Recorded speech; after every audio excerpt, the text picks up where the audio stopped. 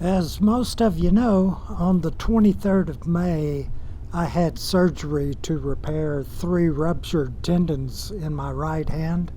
My surgeon announced that the operation went off without a hitch and the results were absolutely stellar.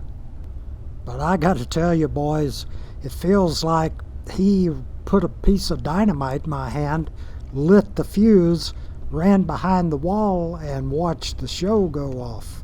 Now, this footage is 10 days post surgery, and this is some reading material that I brought along to the physical therapist. Uh, they were going to cut the hard cast off of my arm and hand and replace it with this splint.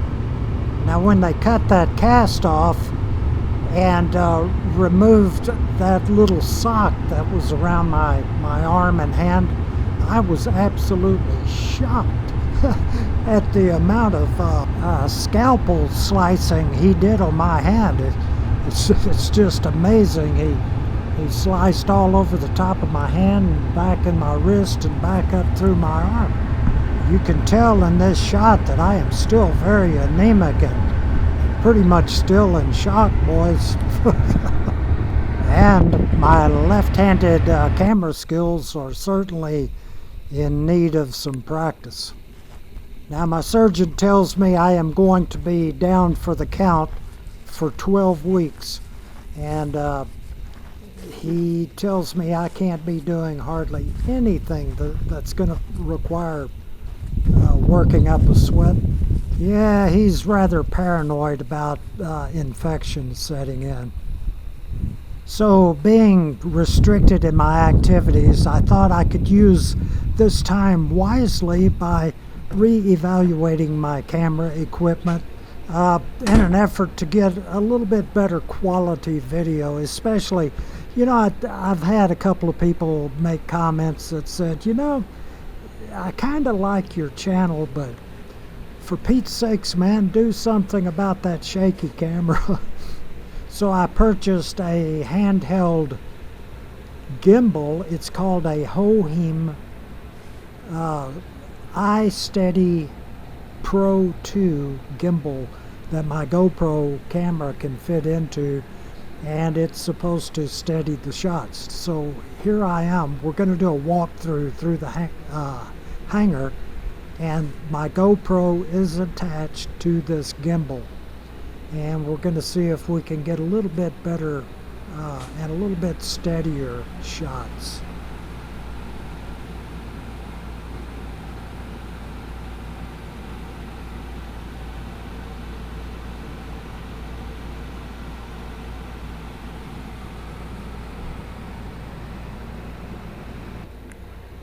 Now we've got some sort of a critter that has taken up residence, and we're trying to trap him. He's been coming into the meeting room and getting into the potato chips and causing all kinds of havoc. So the idea is to capture him and set him free back in the woods out behind the hangar.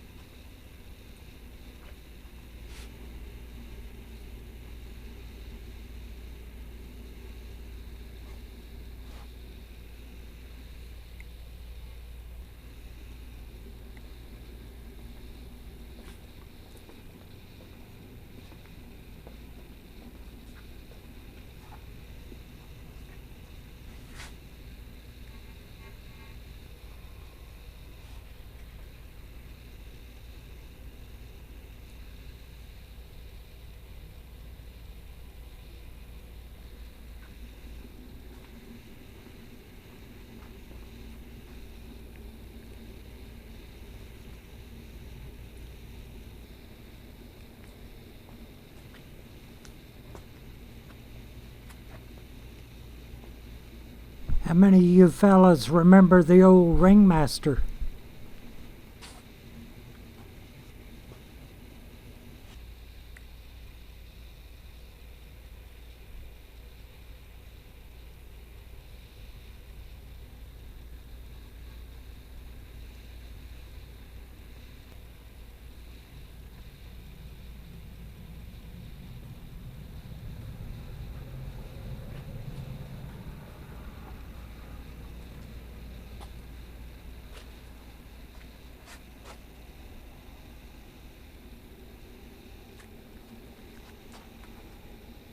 Down here in the dark, we see two Ford Model A engines for peat balls.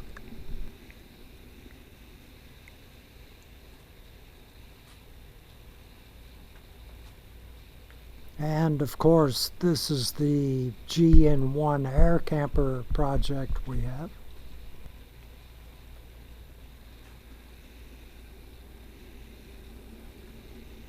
And down below we have a complete Henderson motorcycle engine.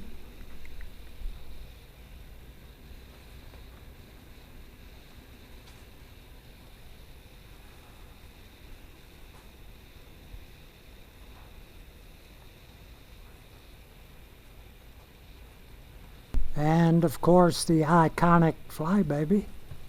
Who doesn't like a Flybaby?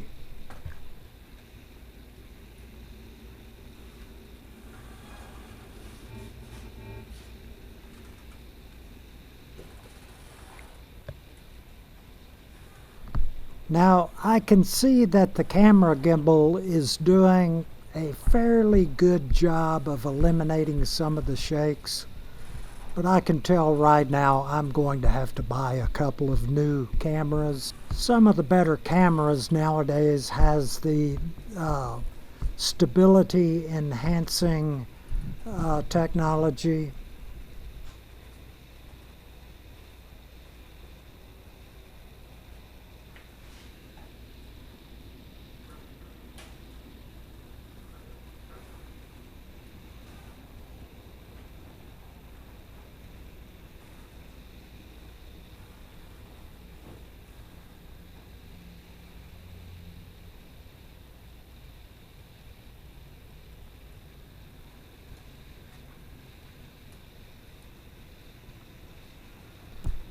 Here we see that Jim has been working on the Pete and Paul's tail wheel a little bit. And I can tell you right now, fellas, we're going to have to get the power washer out and get that old paint off of the old Pete and put some decent paint back on it. Yeah, that barn paint experiment just absolutely did not work. So it's time. I'm going to have to twist Jim's arm, and we're going to have to get down and get dirty and get that done. The old Kuberinsky, man, oh man, I wish I could get out and fly that thing, but I fear that I'm going to be down for the count for a while.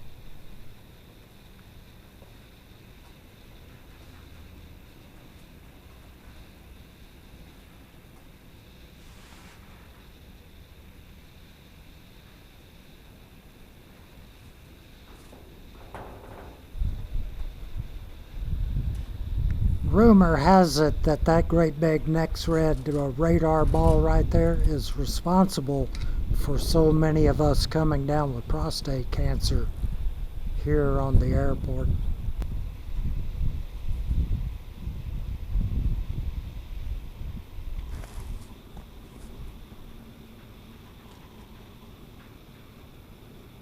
So the gimbal is definitely taking out some of the shakes, but it's still, it's still got a little bit of jitter in it. So I can see that I'm probably going to be buying a couple of new GoPro Hero 7s with the stability technology that they have. And I think I'm probably going to have to buy a new not a handycam, but a camcorder for videoing projects. I'm looking at one now that has the stability enhancing technology. So it looks like I'm going to be investing in a lot of camera equipment before too very long.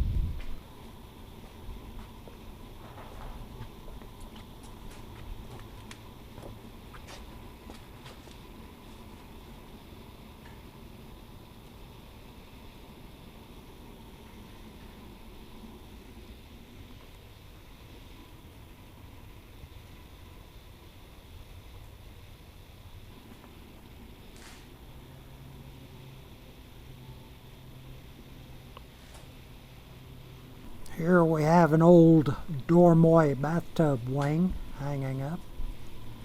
There's no telling how old that wing is.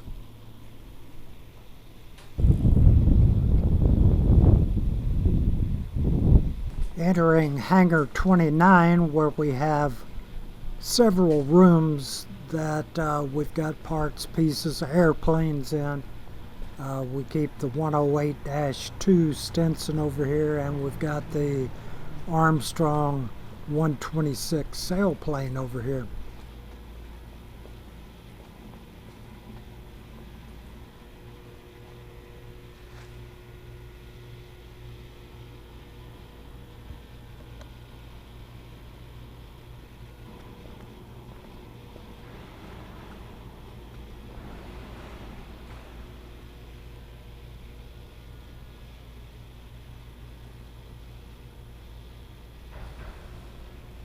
Very nice little carbon cub hangared over here in 29. Beautiful, beautiful airplane.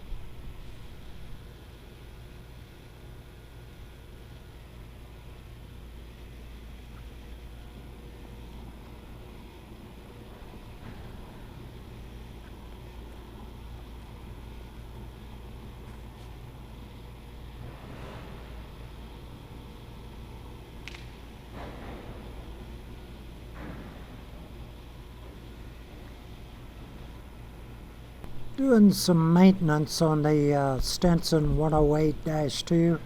Hopefully we'll get it up and running before too long and start flying some young eagles. Here's the fuselage of Neil Armstrong's Schweitzer 126. It's not in too bad a shape.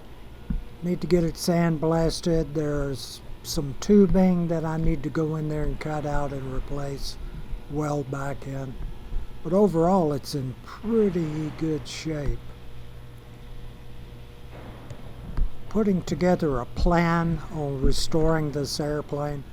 Hopefully, when I can get out of this splint and start using my hand. Of course, I'm going to have to go to physical therapy, but just as soon as I can get going, we want to start restoring this sailplane and get it back into flying order, and hopefully I can video that project as we go along.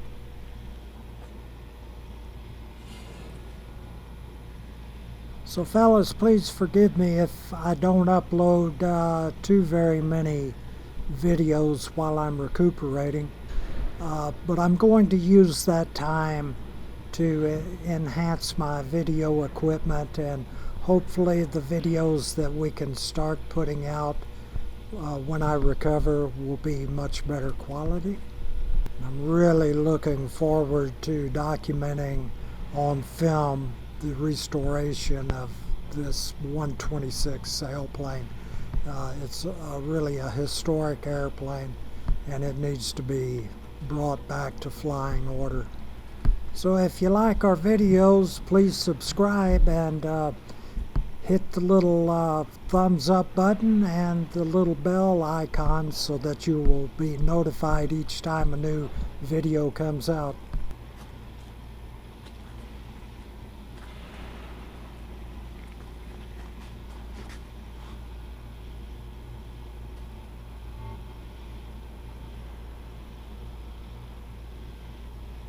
So thanks a lot for watching, everybody.